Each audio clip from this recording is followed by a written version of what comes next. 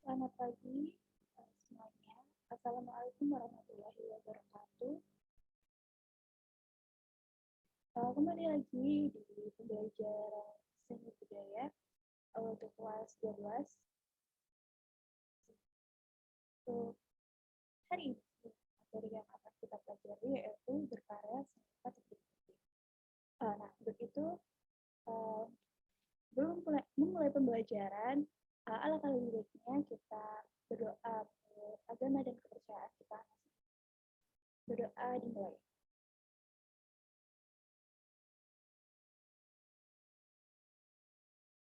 Berdoa selesai. Nah, anak-anak, pagi hari ini materi kita yaitu berkarya seni rupa tiga dimensi. Materi hari ini yang akan kita pelajari ada 4 hal, yaitu ada jenis, fungsi, tema, dan nilai estetik. Nah, seni rupa tiga dimensi. Karya seni yang mempunyai dimensi panjang, lebar, dan tinggi, atau karya yang memiliki volume dan menempati ruang. Nah, selanjutnya yaitu ada jenis dan fungsi. Yang pertama, karya seni rupa tiga dimensi murni. Untuk pengertiannya yaitu tidak memperhatikan unsur praktis ataupun unsur penggunaan, namun memperhatikan kreativitas dan ekspresi, dan dinikmati keindahannya saja. Nah, di sini ada contoh dari karya seni rupa tiga dimensi murni, yaitu ada patung. Pertama ada patung lumba-lumba terbuat dari kayu. Di sini ada patung singa. Nah, kedua hal ini yaitu patung ya. Ini adalah patung. Nah, ini termasuk karya seni rupa tiga dimensi murni karena hanya dinikmati keindahan saja atau hanya sebatas fungsi hiasan. Selanjutnya yaitu ada contoh lagi yaitu ada benda hias. Yang pertama ada vas bunga. Nah, ini ada topeng. Nah, ini juga termasuk seni rupa tiga dimensi murni karena hanya dinikmati keindahannya saja. Nah, ini untuk topeng juga dinikmati keindahan saja.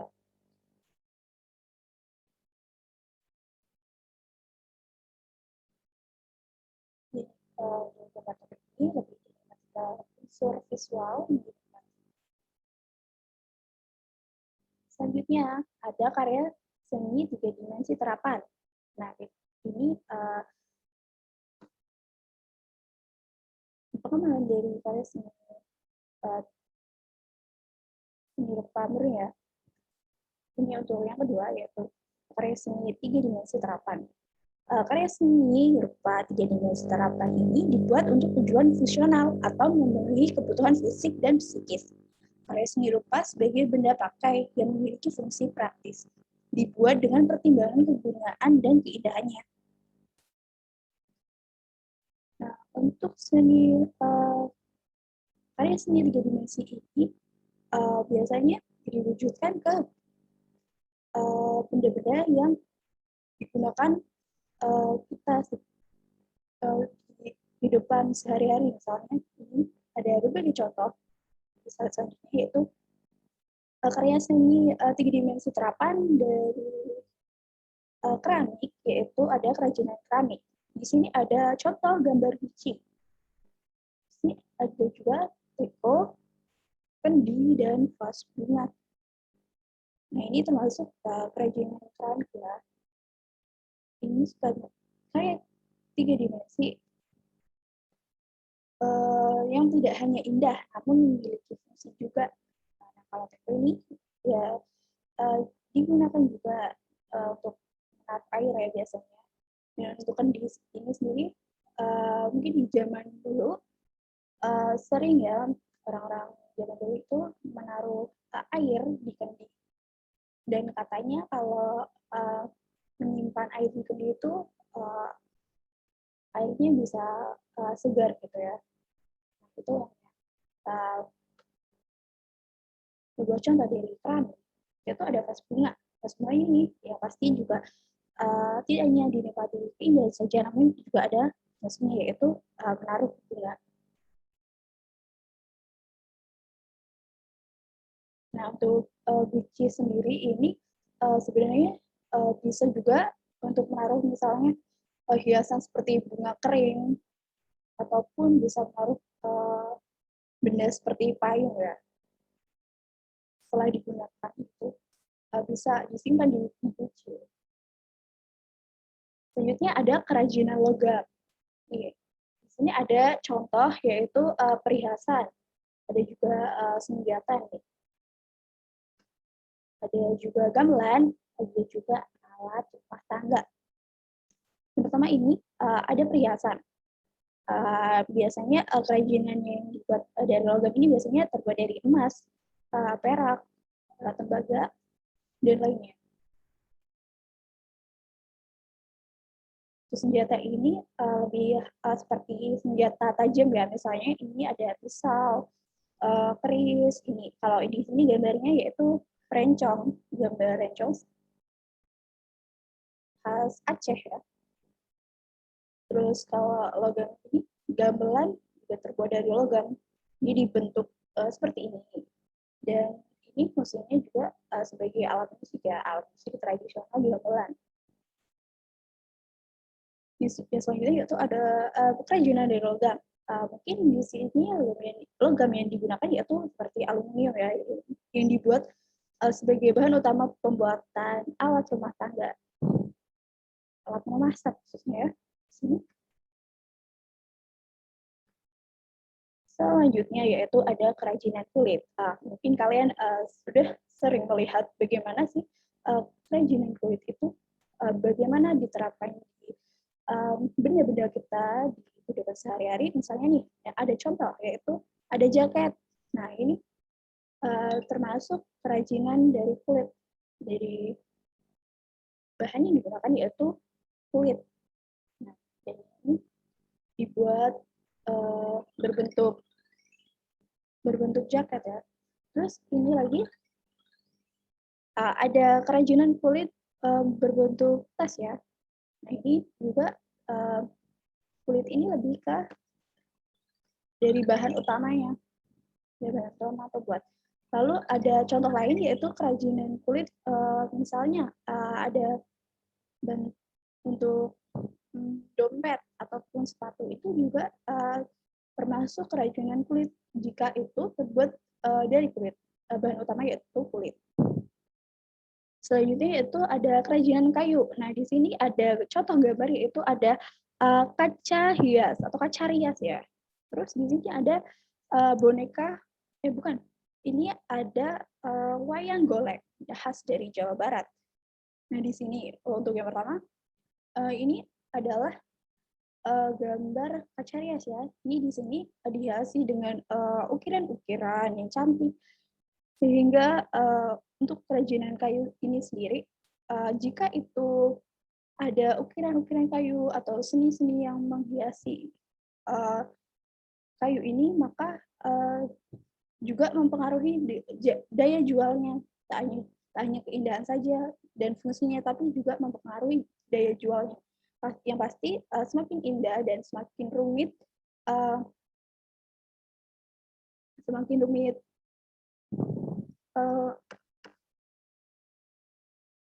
dan semakin rumit mungkin rumit hiasannya, maka juga akan mempengaruhi harga jual dari kaca hias ini. Di sini ada wayang golek, ya ada wayang golek. Ini khas dari Jawa Barat. Mungkin kalian sudah sering mendengarnya, yaitu tokoh utama di sini ada Cepot ya yang berwajah merah. Nah ini salah satu tokoh yang terkenal di tokoh keuangan, tokoh boneka bukan boneka, tokoh wayang golek dari Jawa Barat. Ini juga ada wayang golek berbentuk apa ya, tokoh yang ini apa ya, penari ya. Ini ada tokoh-tokoh penari. dia pakai baju khas Jawa Barat gitu. Terus ada selanjutnya yaitu ada kerajinan anyaman. Nah ini kerajinan anyaman biasanya terbuat dari kalau nggak bambu ataupun rotan. Nah di sini ada kursi rotan. Nah ini juga terlihat estetik ya karena itu selain indah bentuknya bagus, tidak semua orang bisa menganyam. Jadi mungkin untuk nilai jualnya juga tinggi ya untuk anyaman ini. Itu memerlukan kreativitas dari seseorang dan keterampilan berkarya menganyam. Nah ini ada bentuk kayak perabotan ya, ada kursi, meja, dan tas bunga. Kalau ini biasanya untuk tempat apa ya, barang-barang kecil gitu untuk menaruh, mungkin bisa bumbu dapur. Nah di sini juga wadah-wadah kecil yang merupakan kerajinan anyaman dari bambu. Nah ini diperlukan fungsinya juga sebagai benda pakai, tak hanya indah saja, tapi ini juga memiliki nilai fungsi. Selanjutnya ini, nah ini also sering dijumpai ya, ini biasanya buat mencuci beras.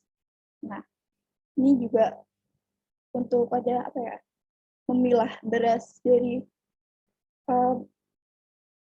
yang beras yang diinginkan ya, memilah-milah beras.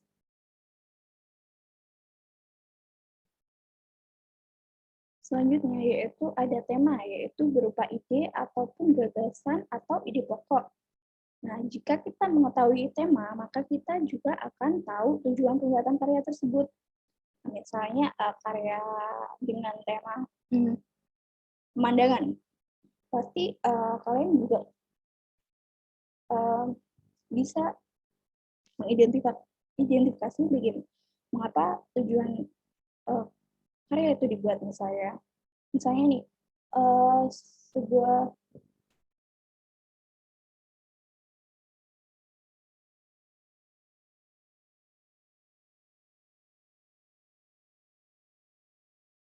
untuk tema sendiri ini ada berbagai macam ya. Misalnya ada tema pendidikan, tema keindahan alam, ataupun yang lainnya yang merupakan sebuah ide atau gagasan. Dan itu sebuah acuan kita ya untuk membuat karya seni rupa, karena sudah ada tema, karena ya sudah ditentukan.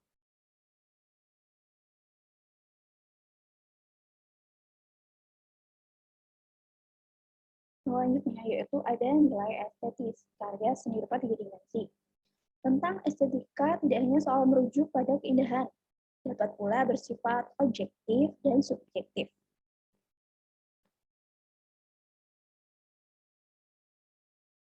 Selanjutnya ini ada keterangan dari slide sebelumnya, yaitu nilai estetis objektif. Memandang keindahan karya seni rupa berada pada wujud keindahan itu sendiri. Artinya keindahan itu kasat mata. Tersusun dari komposisi yang baik, paduan warna yang sesuai, dan paduan ini membentuk sebuah kesatuan. Nah, dikatakan nilai estetis subjektif ini dikarenakan memang karya itu sendiri sudah memenuhi kriteria dari segi komposisi, baik itu warna, perpaduan bentuk, kesatuan, dan lainnya. Tidak dipengaruhi oleh selera orang lain atau selera diri sendiri. Yang selanjutnya ada nilai estetis subjektif. Nah, tidak hanya memandang keindahan unsur visual, namun juga dilihat dari selera penikmat seni itu sendiri. Contohnya patung abstrak. Misalnya ada sebuah contoh. Misalnya ada di sebuah pameran ada patung abstrak. Nah, sebagai orang awam mungkin kita menganggapnya, ya apa itu, kok bentuknya tidak jelas gitu, sehingga maknanya tidak dapat diserap ya oleh masyarakat awam. Namun beda lagi jika itu yang melihat seorang yang ahli dalam segi seni visual, seni rupa gitu. Mungkin dia akan berpikir kalau patung abstrak itu bagus gitu, karena mungkin dia bisa merasakan sebuah emosi dari bentuk patung abstrak tersebut, sehingga menurut dia kok ini bagus, ini mempunyai makna, ini mempunyai emosi yang kuat di dalam karya ini. Maka hal tersebut, perbedaan tersebut, yaitu lebih ke selera penikmat masing-masing gitu, penikmat seni itu sendiri. Mungkin mungkin saya menganggapnya itu bagus, indah, tapi menurut teman saya mungkin itu kok agak kurang ya, kok begini, kok begitu gitu. Itu maka selera orang itu kan berbeda-beda, jadi pendapatnya juga berbeda-beda. Oke, untuk pertemuan hari ini saya cukupkan saja. Kita sudah membahas tentang berkarya seni rupa 3 dimensi. Ada 4 hal tadi yang sudah kita pelajari. Nah, saya harap kalian juga akan pelajari lagi dan mempelajari lebih lanjut hal-hal yang sudah kita pelajari hari ini. Dan untuk pertanyaan ataupun hal-hal yang mungkin kalian belum tahu atau ingin kalian tanyakan, bisa lewat WA, bisa tanya lewat WhatsApp, ataupun di WhatsApp group boleh, PC saya boleh. Oke, terima kasih. Sekian untuk pembelajaran seni rupa hari ini, seni budaya hari ini. Oke, terima kasih. Wassalamualaikum warahmatullahi wabarakatuh.